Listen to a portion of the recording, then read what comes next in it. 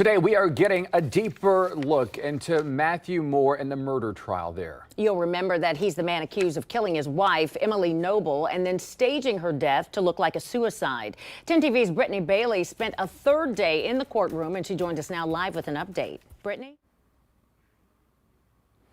Well, today we heard from Emily Noble's friends, a neighbor, and some law enforcement officers. And we should remind you, this is the portion of the trial where the state is presenting its case. So much of the evidence we're hearing right now would be in support of the state's argument that Matthew Moore killed his wife, Emily Noble. We did hear from some friends today who described the relationship they saw between Matthew Moore and Emily Noble. One friend said that the last time she saw Emily Noble had bruises on her arm, and she said her relationship with Emily Noble then deteriorated after she raised concerns about the relationship with Matthew Moore. Later, a neighbor of the couple took the stand. He testified to seeing Emily Noble taking frequent walks, including the night before she was reported missing. Now, he also clarified something we've been hearing throughout the trial so far. Now, when he first reported to police, he saw Noble on the morning she was reported missing. He now says he cannot be sure of that because he's so used to seeing her taking those walks. What he did say he was sure of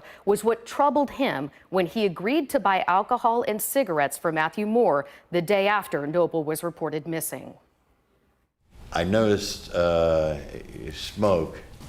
cigarette smoke in the house, which really depressed me. And why was that, sir? That's when I started thinking Emily's not coming home. Why did cigarette smoke make you think that? Because Emily would not allow anyone to smoke in the house.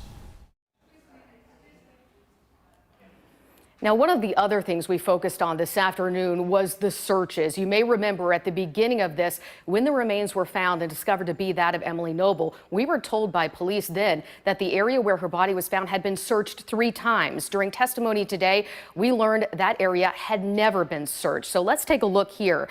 The house where Emily Noble and Matthew Moore lived is right about here. 2 different bloodhound searches led them to this wooded area north of the home. This is not where Emily Noble's body was found. Instead, it was found in this wooded area.